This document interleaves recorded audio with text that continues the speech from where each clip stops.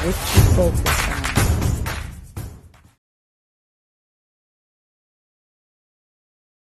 I just wanted to ask a question of Kalima and Kendria and Kendra about Kendria. Kendria. Kendria is right. Okay, Yes. Kendria, about how when you did make the decision, and then I'll share when you did make the decision to leave, emotionally, what did it do to you?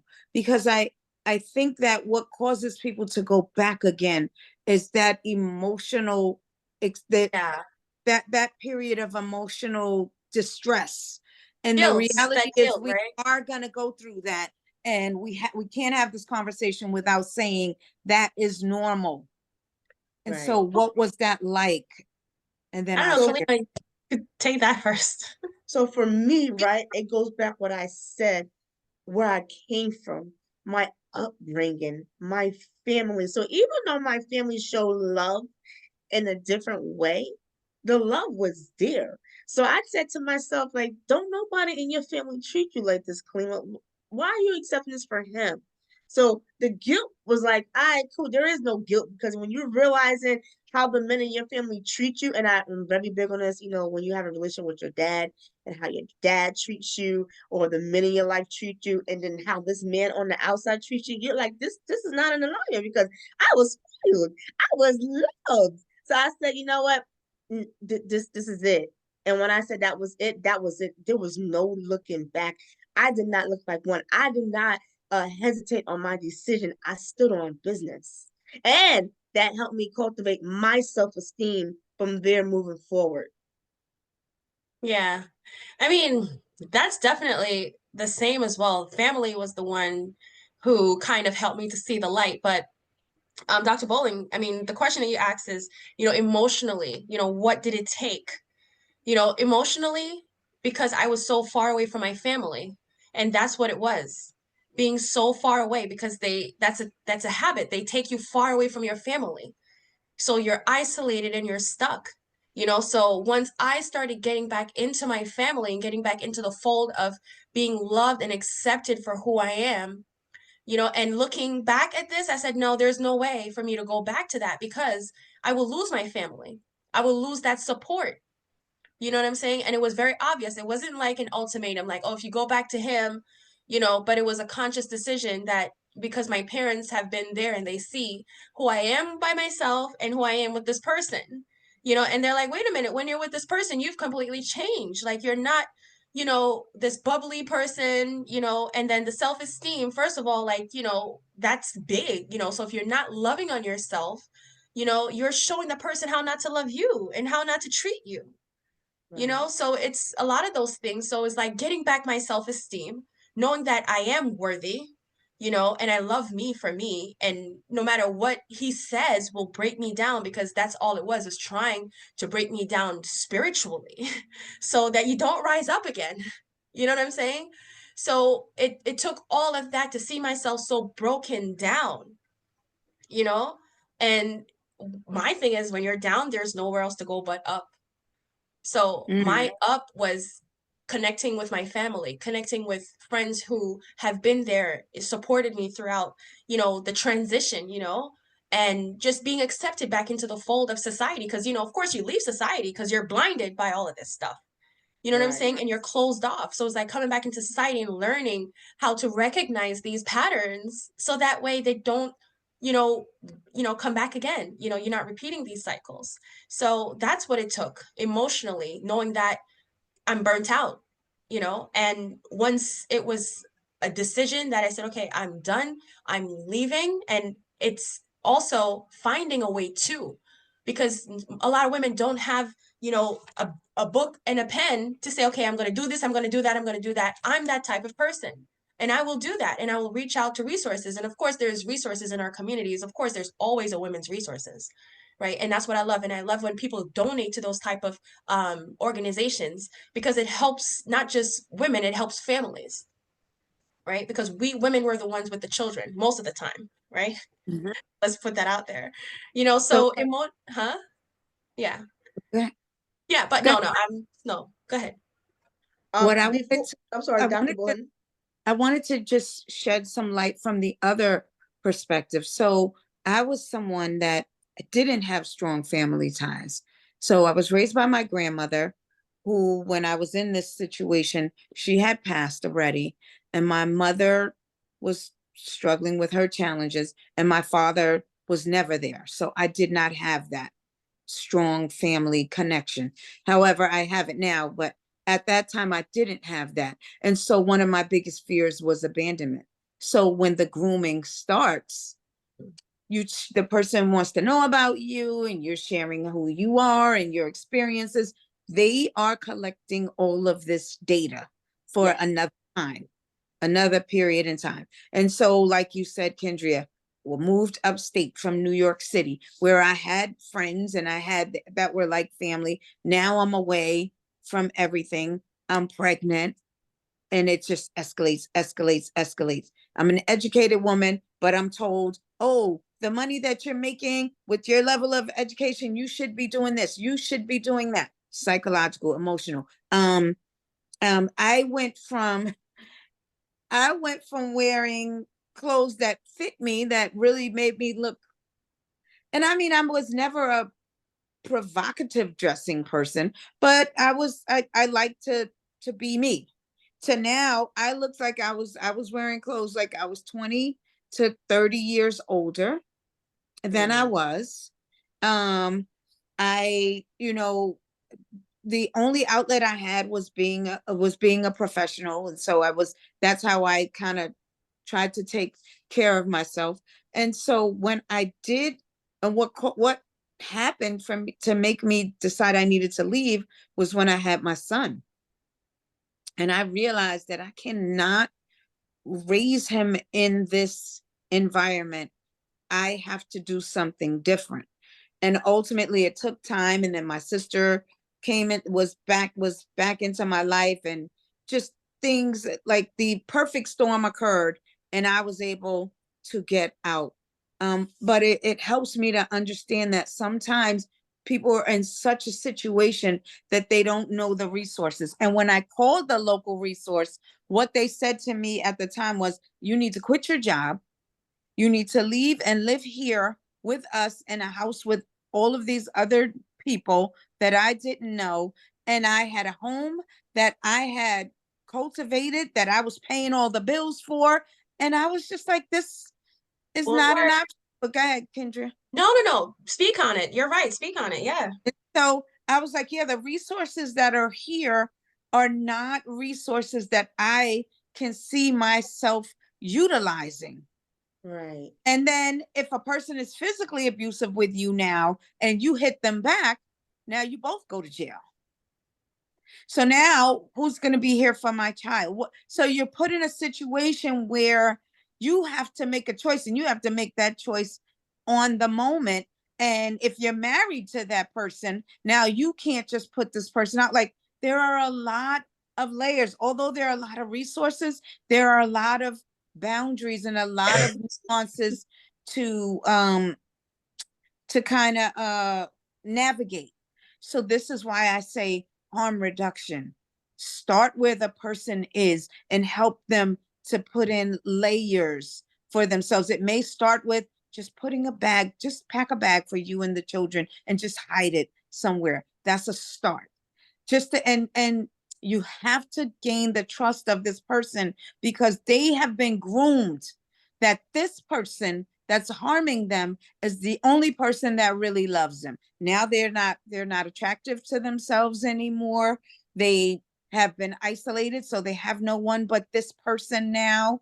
They're in a situation where they are responsible for everything. So if they're not here, what's going to happen to everything? Like, what about everything? I know for me, what about I bought this home.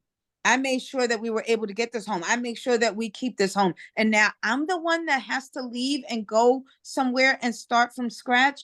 Like, how does this work? And So that's where the financial comes in, right? And I know we don't have a lot of time to discuss the financial, but this is where the financial comes in, and that's where the planning comes in, yes. because when you are separated from your spouse or your partner, you're going to lose that financial backing, and of course you're going to make decisions, that will affect your financial future. But I know we're definitely running out of time. Right, Kalima? It's okay. Um, Before we do go, go ahead. I'm sorry, go ahead, Kendria. Go ahead. no, you go ahead. I was gonna say before we do go, I just want to thread lightly on a few stuff. I'm gonna go one. I'm gonna give the number to the national domestic hotline, which is 1-800-799-SAFE, and the SAFE numbers is 7233. So I'll go ahead and repeat that: 1-800-799-7233. And I understand, you first of all, I have to say you ladies brought up wonderful perspective. I have to say this: sometimes your mental health is better than the physical that you attributed, that you came into. Sometimes you have to start over. Sometimes you have to say, you know what, let me get away. And it be like that sometimes. That's not everyone's situation, even though it sucks. But like you said, Kendria, that's where the financial comes into. There's a lot of men who don't want their women to work because of that reason. They don't want them to escape. And something you said before, Kendria, I'm just gonna go back and thread lightly on it. You were saying something to the extent about family, and Dr. Bolling, you saying you didn't have that, and that's one of the key things that these predators look for. They look at your family Yeah, dynamic. And they look, that's and right. a lot of girls, and this is how a lot of girls, I mean, this all goes hand in hand. I have to say this because I know The when I was woman. speaking, I was sharing my story. I shed lightly a little bit on sexual abuse, from a child. But if you think about, it's all connected. The emotional abuse, the psychological abuse, the sexual abuse, it goes hand in hand. It's all connected. And I just wanted to say that it's okay. Don't down yourself. Don't put yourself like, how can I do this? Your thought should be, how can I get out? Once you are out and you're in a safe environment, then we can start working on all that stuff. But don't put, because a woman can really put herself in a hole just thinking about, why would I do that to myself? How can I do that to myself? My children. But I can say the biggest thing is, if you're looking at your children, you should say, you know what? I want my children to have better, because I know that's what it looked like for me, and Dr. Bullet looked like that for you too, and Kendria, we can all relate because we're mothers. That was Yes. definitely my situation. I do not want my son in this environment. I do not want my son to see how this man is treating me. And that's a Yeah. part number 4 right there, because Yes. how a man treats you and your children are looking at you, whoo, baby, we got to come back for part 4. That's a whole nother level perspective. But in the closing mark, that was my mark. Kendra, if you have any closing remarks, go ahead. This is the floor. The floor is yours, all yours. Well, I definitely learned a lot. And yesterday, I mean, it's still crazy. I was watching Adam Levine's video, Animal, and I never paid attention to the words and the videos until yesterday. And I think this is perfect. And you probably could use this as your theme song. You know the song I'm talking about, ladies? I never heard of it before. I gotta go listen to it when I get off this call. Okay, so Adam Levine is pretty much working as a butcher in a butcher shop, and this girl comes in, and she's shopping, buying meat, and he's looking at her, she's looking at him, he likes her. So of course the thing is called Animal. So he is just like, thinking about her and wanting to be with her and stuff like that, and following her after work, calling her on the phone incessantly and playing with blood because he's a butcher, right? So he's playing with the blood and all that stuff. And it was just so visual. Like, I'm going to prey on you, like, thief in the night and stuff like that, like an animal. Right? So, I Yes. mean, just think about it, right? So, ladies, this is just men. They're like animals, right? So they're preying, right? So, I mean, just think about now going out into the dating field, right? We know they're preying, we know they're looking, we know there's grooming is a part of our natural society. So it's looking out for these things, and just being kind to another person, because sometimes when, another person say, I'm moving, or I'm leaving out of the area, sometimes we don't really know. And we're like, oh, she's just leaving this great job, you know what I'm saying? But we don't really know, So it's just looking out for them signs. And even if we do see the signs in our friends, sometimes they might not accept it. They might not want to, but just still being that support and knowing that, hey, whatever you decide, if you decide, I got you, girl. I'm never going Here. to judge Yeah. you. That's Right? right there. We That's know what we they're need. animals, right? And not all, okay? Because I have boys, right? We're So talking about the predators. We know we're specifically speaking about the predators, and they know we're who they talking are. about the predators. So it's just Right. knowing that these are just a natural part of society. You're going to be groomed no matter what. You're going to be groomed everywhere. We groom people for work, don't we? We go internships, right? I've done internships before, and I've been groomed to accept a position, right? So they've Yeah. done things, to incentivize it. So it's not always a bad thing. It could be a good thing, but it's just How it's unfortunate that used. we use it for harm. But definitely, thank you so much, Dr. Bolling, for sharing the harm reduction and bringing these things to our faces, because we didn't know what it looked like. We didn't have words to it because we didn't talk about these things. Now we do. Now we understand it. We can start the reparation process. Can I just say this for all women, whether you're in uh, a psychologically abusive or physically abusive or not, put something aside for you, because our situations can change at any moment. Yes. Someone could pass away, someone could, and you thought things were in order and they are not, or the person intentionally didn't leave things in order, because you never know what somebody might be doing. No Lord, matter how small it is, and no matter how young you are, tuck something away, because one day it will rain. Amen. Amen. and Dr. Bolin, can you tell the audience how they can reach out to you? So I am Dr. Bolling. My organization is IB Cycle Breakers, because it's Dr. Izetta Briggs Bolling. So IB Cycle Breakers, and I break the cycle of working with people with addiction, mental health, domestic violence, any situation, marriage, family counseling, from a harm reduction perspective.